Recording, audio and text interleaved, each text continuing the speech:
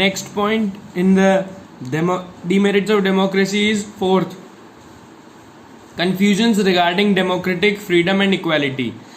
Democracy provides its citizens political freedom and equality, but it does not provide economic freedom and equality to the people.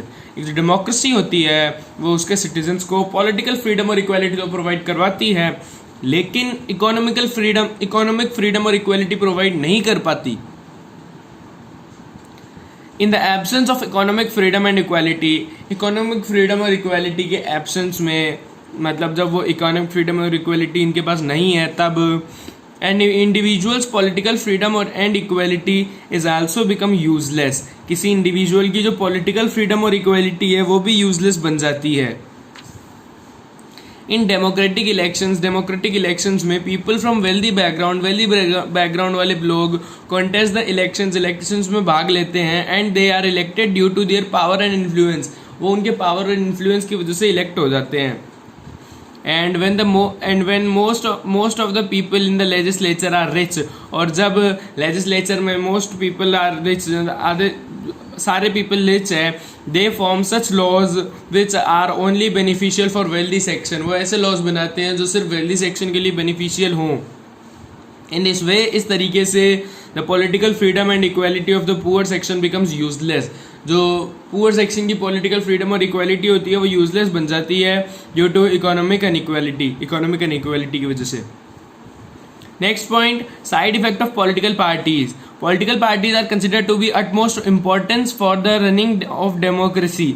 Political parties को important कहा जाता है democracy चलाने के लिए, but there are various demerits of political party system. लेकिन political party system के बहुत सारे डिमेरिट्स हैं. And due to these parties, और इन पार्टीज की वजह से political environment gets polluted. Political जो एनवायरनमेंट है वो पोल्यूटेड हो जाता है इन एक डेमोक्रेसी में. इन द थ्योरेटिकल फॉर्म में all the political parties are formed in nation interest. सारी पॉलिटिकल पार्टीज है जो नेशन इंटरेस्ट के लिए बनी हुई हैं, and they form and propagate various political, social and economical policies. और वो बनाती हैं बहुत सारी पॉलिटिकल, सोशल और economical policies for the benefit of the nation के बेनिफिट के लिए, एंड इट्स सिटीजन और नेशन के सिटीजन्स के बेनिफिट के लिए. बट इन एक्चुअल, लेकिन सही मायने में all the political parties give importance to patriotism towards the respective party. लेकिन सही मायने में जो सारी पॉलिटिकल पार्टीज होती है वो पैट्रियोटिज्म, उनका पैट्रियोटिज्म किस तरफ होता है, अपनी रेस्पेक्टिव पार्टी की तरफ, न कि पैट्रियोटिज्म होता है अपने देश की तरफ.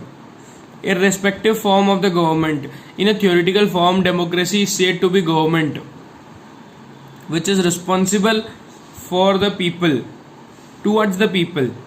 Theoretical form में तो ये कहा गया है कि डेमोक्रेसी होती है वो एक ऐसी गवर्नमेंट है जो लोगों के प्रति रिस्पॉन्सिबल होनी चाहिए. बट इन एक्चुअल लेकिन सही मायने में democracy seems to be an irresponsible form of the government. Democracy वो एक irresponsible form of the government दिखती है. No party takes the responsibility of failures which take place in the democratic government. Democratic government में जो failures हुए हैं उसकी responsibility कोई पार्टी नहीं लेती. Whenever a big failure take place, जब भी कोई बड़ा फेलियर होता है, the government holds the movements, government उनके बारे में नहीं सोचती, and obstacles put forward by the opposition party for the reason of such failure. और इन सभी फेलियर्स का जिम्मेदार वो अपनी अपोजिशन पार्टी को ठहरा देती है. ऑन द कॉन्ट्ररी, उसी तरीके से दूसरी तरफ the opposition parties hold the policies of the ruling government to be responsible for all the chaos. जो opposition party होती है वो सारी पॉलिसीज़ को रूलिंग गवर्नमेंट की तरफ के खिलाफ ठहरा देती है कि इनकी गलती से ये हुआ है. मतलब सब एक दूसरे के ऊपर थोप देते हैं, ये जिम्मेदारी कोई नहीं लेता कि ये किसकी वजह से हुआ है. Wastage of public wealth and time. In a democracy, formation of policies and laws consumes a lot money and a lot time is also wasted. एक डेमोक्रेसी में फॉर्मेशन ऑफ पॉलिसीज और लॉज के फॉर्मेशन में ये बहुत ज़्यादा time consume करता है और एक बहुत ज़्यादा मनी कंज्यूम करता है और बहुत ज़्यादा टाइम भी वेस्ट होता है. All the works are done by various committees. जो सारे वर्क्स होते हैं वो वेरियस कमिटीज़ के द्वारा डन किए जाते हैं. After extended debates of legislature की एक्सटेंडेड डिबेट्स के बाद में जो कमेटी बैठती है उसके वो ये काम करती है सारे. The process of democracy is extremely time consuming and expensive. जो डेमोक्रेसी का प्रोसेस है वो एक्सट्रीमली टाइम कंज्यूमिंग है और एक्सपेंसिव है. In the same way a lot of national health, wealth and time is consumed due to the process of general elections. इसी तरीके से एक बहुत ज़्यादा टाइम और पैसा लगता है जब जनरल इलेक्शंस होते हैं. ऑन वन हैंड एक तरीके में it is a very expensive process in contact to money. पैसे के तौर पे तो ये काफ़ी महंगी प्रोसेस है. And on the other hand और दूसरे तौर पे the rate of the development of such democracies is very low.